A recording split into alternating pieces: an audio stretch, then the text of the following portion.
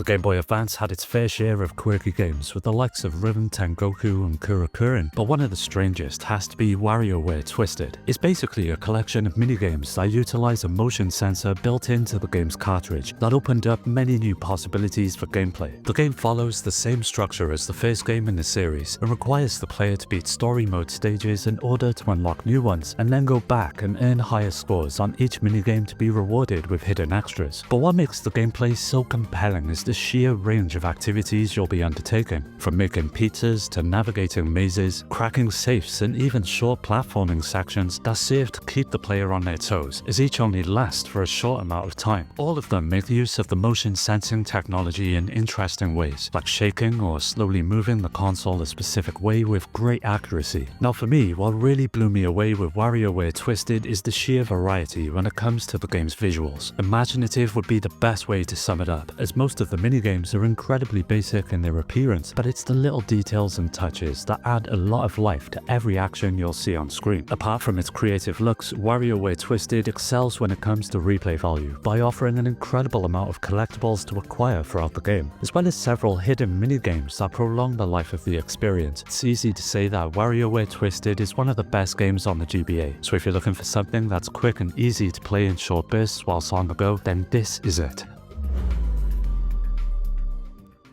Turbo Turtle Advance is one of those games that you no doubt would have seen in the bargain bin, with its somewhat simplistic title and god-awful box art no doubt contributing to its obscurity. But hiding behind the bad marketing is one of the GBA's most addictive puzzle games that gave much more popular titles like Super Monkey Ball a good run for their money. The premise here is very much the same, where you've got to control a turtle and navigate them through each level to reach a goal and move on to the next. Much like the game's name suggests, speed is of the utmost importance, and your turtle is pretty fast, while also being able to boost itself with a turbo button, but there's also a huge amount of precision involved when it comes to tackling each stage, so trying to go as fast as you can without knowing the layout will no doubt result in you falling into the depths below. Helping you achieve your goal are a series of different items that give you a range of special abilities, such as being able to build your own tiles to get across gaps, getting a jump boost to clear further distances, as well as a variety of different shells that help you traverse different terrains such as ice. The best thing about it is the level design itself that forces you to use all of these items to your advantage, all the while racing against the clock and trying to get the fastest time possible. Making it a bit easier is that you don't have to worry about lives, as you're given an infinite amount of tries to make it to the finish, and to be fair with just how difficult some of the stages can be, it ends up being a welcome addition. So if you're looking for a challenging puzzler to take with you on the go, Turbo Turtle Advance is one game that deserves your time.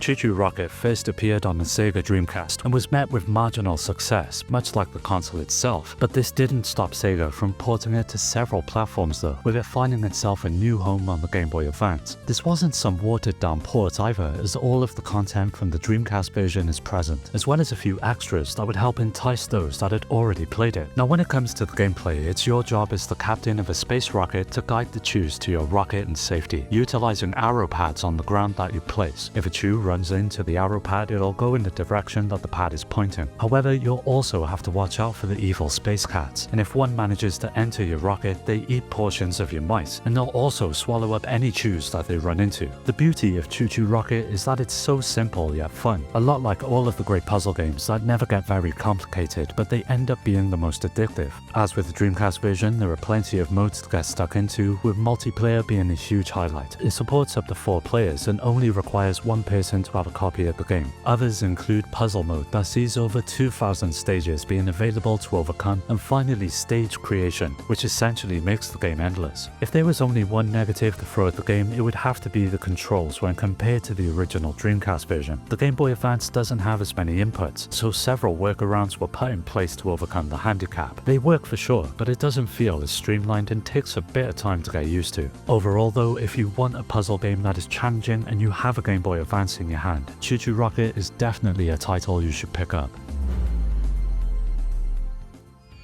For anyone who's ever played the likes of Punch-Out or Digital Champ, the concept in Boxing Fever will feel instantly familiar, with all of the action taking place from a first-person perspective and giving you the choice of just over 8 different characters that naturally all have their own traits and fighting abilities. For example, you've got the Major, and thanks to his large build he packs a huge punch, but you've also got the fast and nimble fighters, which are far better at evading incoming attacks. So it's up to you to try them all out and see which one suits your playstyle. And you've got plenty of ways to do so through various different modes that make up the game, from championship to single fight, multiplayer, survival and training. And when it comes to the gameplay itself, it's extremely simple to pick up and play, with the shoulder buttons allowing you to duck and weave with the D-pad rather than the face buttons allowing you to strike back. By pressing up, you'll let out a jab to the face, and with down you'll be able to focus on body shots, with either the left or right button allowing you to charge up a hook shot. As with real boxing, you're going to want to wait for the right moment to strike, and by looking for an open shot with the enemy's hands either being high or low, you'll be able to get in a few hits and hopefully get the knockout. Now, I couldn't talk about Boxing Fever without mentioning its visuals, and to put it simply, for the Game Boy Advance, the game looks downright incredible. By combining huge detailed sprites with smooth parallax scrolling, the game looks extremely fluid in motion and ends up being a real clever use of the hardware that makes Boxing Fever unlike anything else you'll find on the system. So for anyone looking for something that's easy to pick up and play but hard to master, then Boxing Fever is exactly what you need.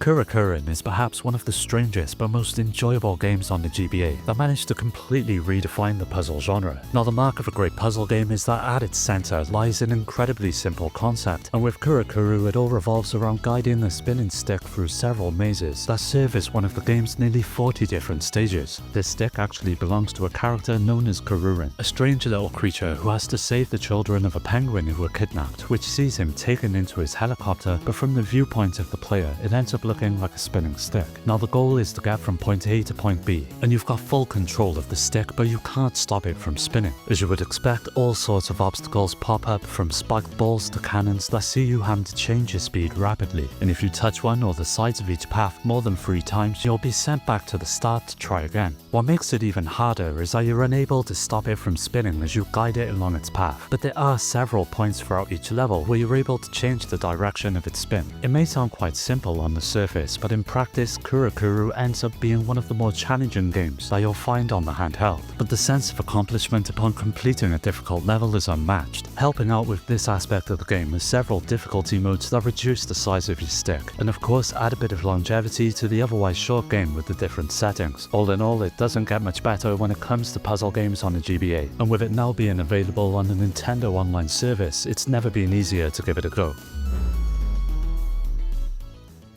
Boulder Dash is a game that has seen many different iterations, from all the way back to the days of the Atari right up until the present day with the PS5. But one of the best versions of the game has to be DX on the Game Boy Advance. Now, the main aim of the game is exactly the same as the original, and sees you having to collect a certain amount of gems in order to open the path to the next level. It did come along with a few new additions though, and the first one being the introduction of enemies. Even though the original did have traps to avoid, they were all fairly basic and followed the same patterns, but here in DX the enemies are all unique and serve to make collecting all of the gems a lot more difficult. To offset the increase in difficulty, the second change sees the inclusion of various items. For example, you can rotate the screen and change the gravity to avoid falling rocks. There's also items such as a pickaxe that allow you to destroy them completely, as well as the ability to drop bombs on unsuspecting enemies, and finally being able to grab objects from a distance. The last change of note has to be the health bar. As with previous games in the series, if you were hit once it was game over, but here if you touch an enemy or a falling rock, you'll only lose a bit of your HP, allowing you to stay in the game, and as a result it becomes a lot more forgiving. To top all of it off, you've got a few different modes to jump into as well, the first being multiplayer, which is obviously today a bit redundant, but you also get a version of the first game that includes the original 16 caves, which really adds to the replayability and gives you a reason to jump back in once you've completed the just over 60 different levels. So if you can find it for a good price or are just looking for something new to emulate, be sure to give this one a go.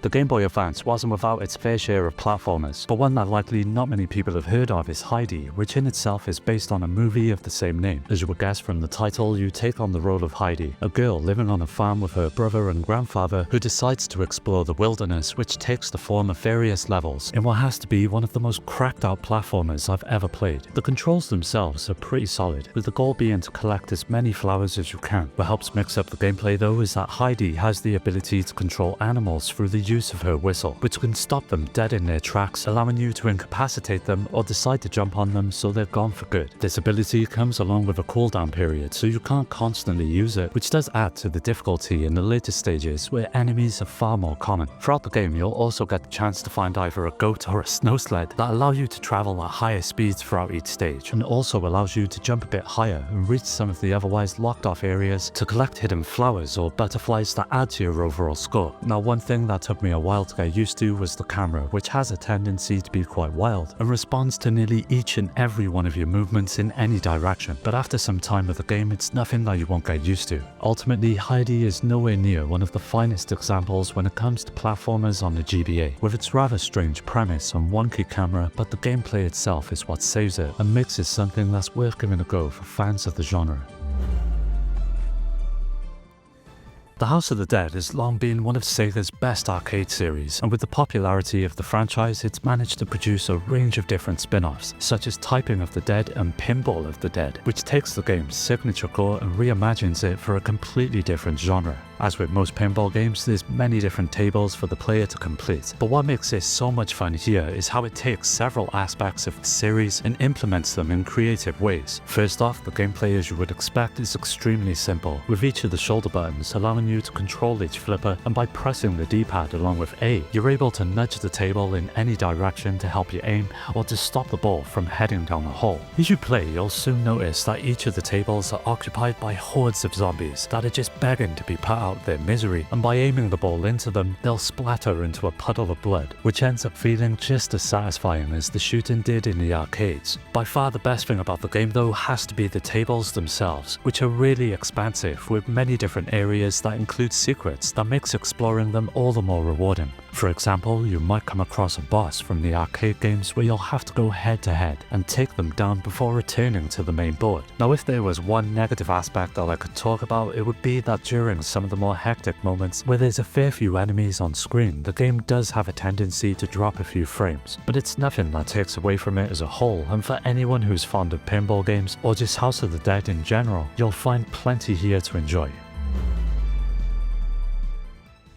Rhythm Heaven on the DS was a huge hit that went on to become one of the most quirky games on the handheld. But what not many people know, however, is that it all began on the GBA. Sure, it doesn't have the advantage of extra controls, but it was still an absolute blast to play. The gameplay basically revolves around short, well thought out minigames based around hitting certain buttons in time to the beat. This sounds much easier than it actually is, as you really have to be in tune with the audio and visual cues to get it spot on. Each stage throws you into some weird setups, such as having to punch flower pots, avoid cats, or swiping down enemies with your katana. And in true Japanese fashion, many strange scenes will be scarred into your brain during the course of the game, as well as many of the insanely catchy tunes. Basically, if you're not grinning from ear to ear by the time the credits have rolled, you're clearly dead inside. Now, the graphics are purely down to personal taste. The themes vary wildly in style and presentation, and for every person that loves the game for it, there will no doubt be someone else who hates it. But for me, I find the visuals charming, and the bright, detailed sprites lend the game a really unique look. Now, perhaps the only negative I could say about the game is that it's just too damn short. Skilled players looking to experience all of the stages and nothing more will likely blast through it in a day, but for those looking to finish everything will want to take on the perfect challenges. It just would have been nice to have seen a bit more variety on offer when it comes to the minigames themselves. On the whole, Rhythm Tengoku is a great game, and I can easily recommend it to anyone who enjoyed the DS version, but also for those who are just fond of rhythm games in general, mainly because it's easy to pick up and play in short bursts, making it perfect for your next commute or bout of boredom. The Game Boy Advance played host to a boatload of incredible platformers, with nearly every of Nintendo's mascots getting their own game on the handheld. But one that came out of left field and was developed by none other than the same company behind Pokemon was Drill Dozer. What made it quite strange was that apart from the usual platforming gameplay you would expect, nearly all of it revolved around a drill that played a central aspect in nearly everything you do in the game. It sees you taking on the role of Jill, the daughter of a gang leader who's determined to get back a diamond which was stolen by a rival gang, and after tracking them down you jump into your Drill Dozer, a sort of mech suit with a giant drill attached that gives you all sorts of different abilities. The main one is being able to use it to attack enemies and destroy obstacles blocking your way forward. But there's so much more to it, as when the drill is being used, a large gear will appear on the screen, depicting your current direction and gear. Now the drill's direction depends on what shoulder button you tap, and certain enemies or actions require a certain type. For example, if you want to perform a wall jump, you'll have to start drilling and then quickly reverse to fling yourself in the opposite direction once you've landed. Building on the somewhat complicated gameplay is the fact that there's many different upgrades for your drill throughout the game, such as being able to turn it into a submarine to explore underwater, use it as a helicopter to float for longer periods of time, or unlock different drill bits to destroy blocks you otherwise couldn't. It may all sound a bit complicated at first, but once it clicks, the drill mechanic soon becomes a lot of fun to play around with. So if you find yourself in the mood for something different to the norm when it comes to platformers on the GBA, then Drill Dozer is well worth seeking out. Well, that does it for another video. Don't forget to subscribe and hit that bell to get notified about new videos, and you can also follow me on all of the socials which are linked below to stay up to date, and also join my growing community on Discord to meet many like-minded gamers to continue the conversation with. I'd like to give a special shout out to my Patreon supporters: Rhino, Skill Jim, Shuden, Richard, Amy, Daniel, Dio, Road Rage, Strider, Pierre, Carl, Awesome Jacket Dude, Maximus, Scott, Alfred, Terry, Ryan, Alex, GameCube Galaxy, Affinium Mind, Curse Salaryman, Fake, and Paddy J for their continued support that helps make these videos possible. If you're interested in joining my Discord or supporting the channel through Patreon, you'll find all of these links down below. As always, thanks for taking the time to check the video out. I'll catch you next time.